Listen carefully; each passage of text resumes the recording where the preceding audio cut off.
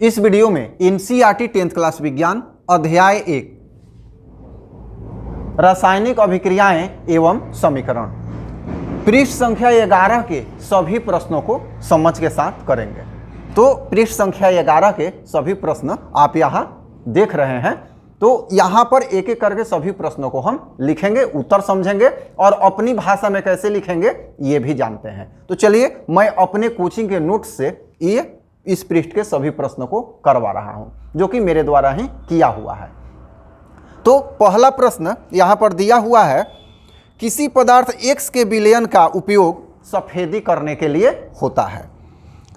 अब प्रश्न पूछ रहा है, पदार्थ X का नाम तथा इसका रासायनिक सूत्र लिखिए। ठीक है, देखिए ये लिखेंगे कैसे पहले ये जान लीजिए, इसके बाद विस्तार से समझेंगे। तो हम लोग पदार्थ X का नाम तथा इसका सूत्र लिखिए। देखिए पदार्थ X का नाम कैल्शियम ऑक्साइड है। क्यों कैल्शियम ऑक्साइड है? तो सफ़ेदी दीवार पर जो हम लोग चूना करते हैं वो सफ़ेदी कहलाता है और उस चूने को कैल्शियम ऑक्साइड अर्थात वो कली चूना होता है, इसलिए कैल्शियम ऑक्साइड है, जिसका रासायनिक सूत्र CaO है।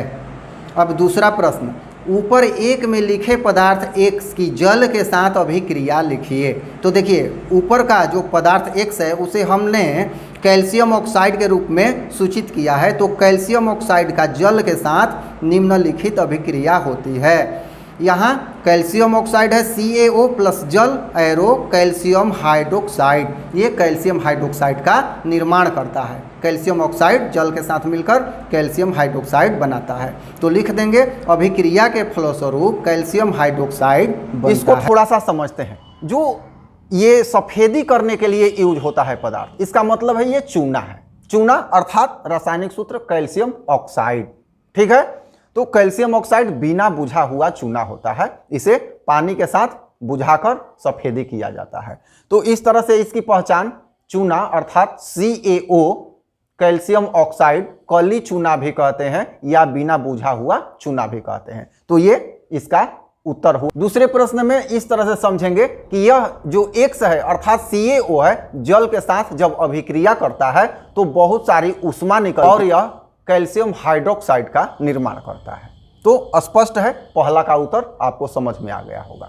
अब दूसरा नंबर प्रश्न है, क्रियाकलाप 1.7 के में एक परखनली में एकत्रित गैस की मात्रा दूसरी से दुगनी क्यों है, उस गैस का नाम लिखिए। अब यहाँ क्रियाकलाप 1.7 आप देख रहे हैं।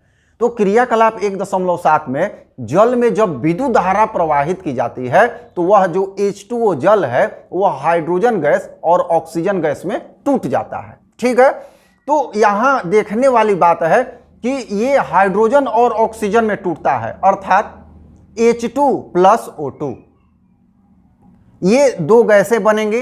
अब यहाँ पर H2O जो है अर्थात 2 भाग हाइड्रोजन होगा और 1 भाग ऑक्सीजन होगा।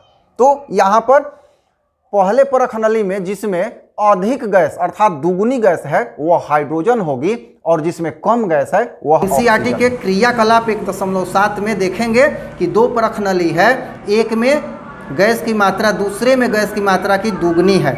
तो परख नली में एकत्रित गैस की मात्रा एक दूसरे से दुगनी है। ऐसा इसलिए है क्योंकि विद्युत अपघटन के दौरान जल का एक अणु टूटकर हाइड्रोजन और ऑक्सीजन के दोनों परखनली में अलग अलग जमा होते हैं और जिसमें हाइड्रोजन जमा हो रहा है वह ऑक्सीजन की अपेक्षा दुगनी होती है। क्यों दुगनी होती है? तो H2O, हम लोग जानते हैं जल का सूत्र H2O अर्थात 2 भाग हाइड्रोजन और 1 भाग ऑक्सीजन होता है। अतः एक हाइड्रोजन गैस बनेगा तथा दूसरे में ऑक्सीजन गैस बनेगा। स्पष्ट है? H2O, तो ये टूटेगा, क्या होगा?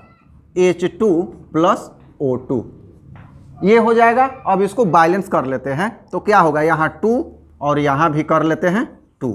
तो इस तरह से ये 2 भाग हो गया हाइड्रोजन और 1 भाग ऑक्सीजन, अर्थात जिस परखनली में अधिक गैस है वह हाइड्रोजन गैस है।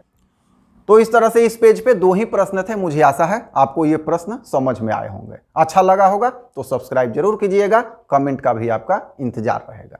धन्यवाद।